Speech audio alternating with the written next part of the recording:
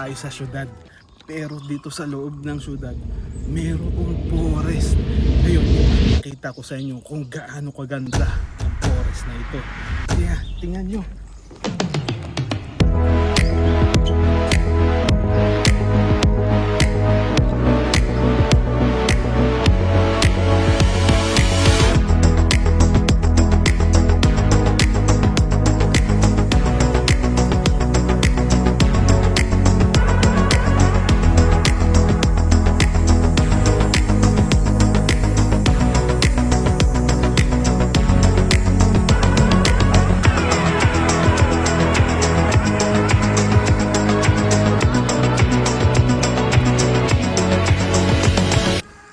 Sobrang tahimik nitong lugar na ito. Marinig mo lang ay mga insekto at huni ng ibon. May marinig kang kakaiba dito. Yun, narinig mo ba? Yun ay isang woodpecker.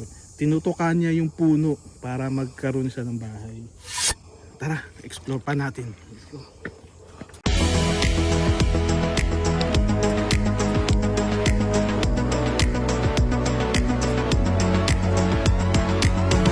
Yung puno, sobrang taas. Kasing taasan ng building. Pwede matching sunlight. Tingnan nyo. Kung napapansin nyo, sobrang tataas ng mga puno dito. Napapangalagaan nila yung kalikasan. Tingnan mo, pakita na.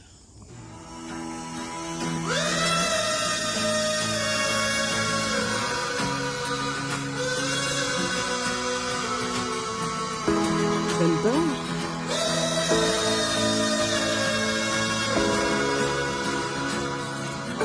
Ma-appreciate mo talaga yung ganda ng kalikasan.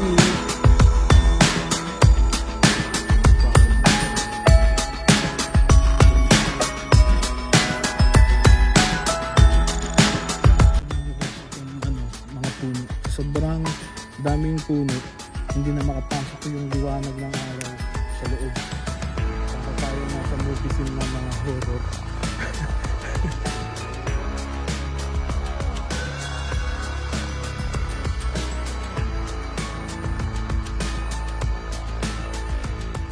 Nakita nyo yung yung hayop na yun. Yan ay ang black squirrel.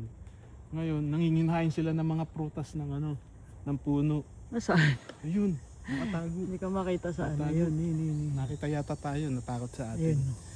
Ayun. Nanginginhain sila, yun Ayun. Squirrel yan, squirrel. Black squirrel.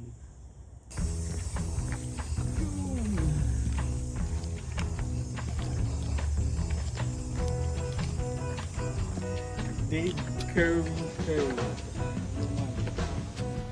Yun, at natapos narating na natin yung end ng trail.